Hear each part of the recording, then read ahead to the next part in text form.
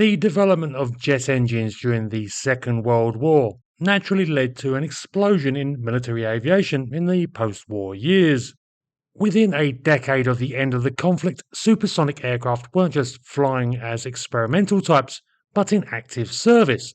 And one of the organisations particularly interested in fielding high-performance aircraft was the US Navy. The Navy had been an early adopter of the first military jets, but had a number of issues as the technology raced forward. This saw them institute the development of a substantial number of new aircraft designs between 1945 and the late 50s, and many of them had comparatively short lives, or else failed to get into service at all, as the evolving technology left them trailing in its wake. But there were a number that might well have shaped up to be excellent aircraft had they got the opportunity. I've looked at a number of these in the past, and today I want to look at another one, the Douglas F5D Skylancer. This aircraft actually originated from, well, I don't want to call it a failure, but an appreciation that an earlier design could be better. That design was the Douglas F4D Skyray, which first flew in 1954 and is an aircraft I will have to get around to covering in its own right one day. The Skyray was a fairly reasonable intermediate aircraft.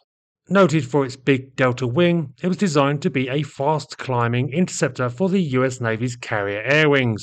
Unfortunately for the Skyray, it was to be the partial victim of one of the US Navy's great follies, the Westinghouse J40 turbojet engine. This power plant killed off several potential aircraft and was to prove an insufferable burden to the few that did manage to get into the air encumbered with it. The F4D was somewhat more fortunate. As it became apparent that the J40 was failing to live up to its promise, the wise decision was made by the Douglas design team, led by the legendary Ed Heinemann, to make the fuselage big enough to house larger alternative engines if necessary. That indeed proved the case, and the Skyray would end up being fitted with the bigger and more powerful Pratt & Whitney J57 engine instead. With this and some redesign work, the F4D was at least fit for service, and the Skyray would serve with the US Navy and Marine Corps between 1956 and 1964. But the sudden design change meant that it was recognised that the F4D wasn't really living up to its potential, especially with the J57 engine. More could be wrung from the aircraft, and so in 1953, even before the F4D was in service, a redesign was initiated to achieve this. Originally classified as the F4D-2N, the changes were to be so extensive that it was soon apparent that the aircraft was, in effect, a largely new design, and so the designation was changed to make it the Douglas F5D Skylancer. Although it might have appeared similar to its predecessor, in fact the Skylancer was a substantially different and far better aircraft. To better suit the needs of the big J57 engine, which produced 10,200 pounds of thrust without and 16,000 pounds with afterburner, the air intakes were redesigned. Further improvements to the aerodynamics were the fitting of a V-shaped canopy, like that on the US Air Force's F-102 Interceptor, plus the wings being substantially thinned down. Additionally, the vertical tail was increased in size and the fuselage was considerably lengthened by 2.4 metres, and was constructed to take into account the recent discoveries on transonic and supersonic shockwave generation and the use of area rule design principles to counter them. The extra length also allowed the F5D to solve one of the Skyray's issues, low fuel capacity. With its extended fuselage, the Skylancer could carry considerably more fuel than its predecessor, substantially improving the aircraft's range over the earlier type. And the improvements also meant that Skylancer had much better performance. When the F5D made its first flight in April 1956, it broke the speed of sound. This was something the Skyray could only achieve in a dive, being a transonic aircraft essentially. Bearing in mind that the two aircraft initially had the same power plant, it showed that the alterations made to the Skylancer were well worth the effort. In fact, the aircraft is listed as having a top speed of 935 miles per hour at 35,000 feet, Mach 1.44, and more was expected from it. Douglas intended the production variants to have the more powerful J57 P14 engine, which provided some 16,900 pounds of force with afterburner, while the later production aircraft would potentially have the General Electric J79, which would have provided even more power and was projected to make the Skylancer capable of Mach 2. Plus, it wasn't just the performance that the F5D intended to improve on. The original Skyray was a comparatively simply equipped day fighter with an APQ-50 radar. The Skylancer would have a far more comprehensive electronics fit with an APQ-64 radar. Additionally, the Skylancer would have the same basic air-to-air combat load as the Skyray of 4 20mm cannon in the wings and 4 of the new heat-seeking Sidewinder missiles, or alternatively a loadout of air-to-air rockets. But Douglas wanted to combine it with a new weapon they were in the process of developing, the Sparrow 2. This, an evolution of the earlier Sparrow 1 Beam Rider air-to-air missile, would have an active radar seeker that would make the missile also a fire-and-forget weapon that would track a target with its own inbuilt radar seeker.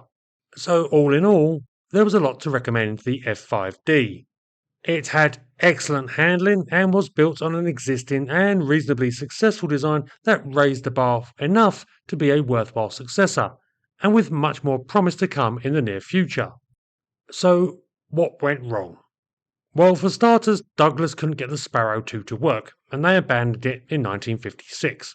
But the test aircraft built still had very good performance, especially in rate of climb, and with a maximum service ceiling of 57,500 feet, it was still a good interceptor. Here we come to the key problem with the Skylancer. It wasn't needed. When the decision was made by the US Navy to authorize the development of the F5D, it was on the understanding that the aircraft wasn't just a backup against the failure of another type coming into service, but a backup to a backup. In 1953, the Navy had ordered the Vought F-8 Crusader to be its primary supersonic fighter. Against the failure of that aircraft, they had also ordered Grumman to produce an improved version of their then current carrier fighter, the F-11F1 Super Tiger. This was also reputedly an outstanding aircraft, but the excellence of the Crusader meant that both it and the Skylancer would share the same fate of being redundant. By the sounds of it, the F5D would have been a perfectly serviceable alternative to the F8, especially if it had proven as good as hoped with the J79 engine. But while these were maybes, the F8 was entering service and, as said, perfectly serviceable. With the failure of the Sparrow 2 program, the F5D had no real advantage over its rivals. Instead, the US Navy was having a long look at its requirements for a standoff interceptor to keep Soviet bombers away from its carriers, and in 1955 they had already turned to another manufacturer and asked them to look at possibly changing a concept they were working on for a single-seat attack aircraft to make it instead a two-seat, only missile-equipped naval fighter. That aircraft would ultimately become the McDonnell F4 Phantom, which would ironically later become the McDonnell Douglas F4 when the two companies merged in the 60s. There is also another possible reason for the Navy's abrupt abandonment of the Skylancer. Douglas had too much of their business already. The company was already producing for them the A3D Skywarrior, the A4D Skyhawk, and the AD Skyraider, on top of the F4D Skyray. So it is possible, as has been speculated by some historians since, that the decision had political and financial factors that were not explicitly stated because, to be frank, Douglas was getting too much of the pie to the detriment of the other manufacturers.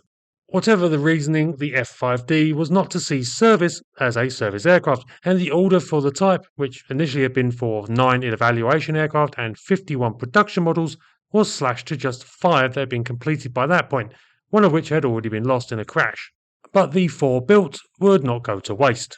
Initially used as a testbed aircraft to try out new radars and electronic systems, they would be transferred to NASA in the 1960s to act as development aircraft testing new wing platforms for research on the Supersonic Transport, the SST program, which sought to produce an airliner capable of travelling beyond the speed of sound. These Skylancers were then used for development work on the Boeing X-20 Dinosaur spaceplane, being flown by the astronauts selected to pilot the X-20 had it got operational, which included a certain Neil Armstrong. The aircraft would then be employed as chase planes on various projects until 1970, when they were able to be retired from service.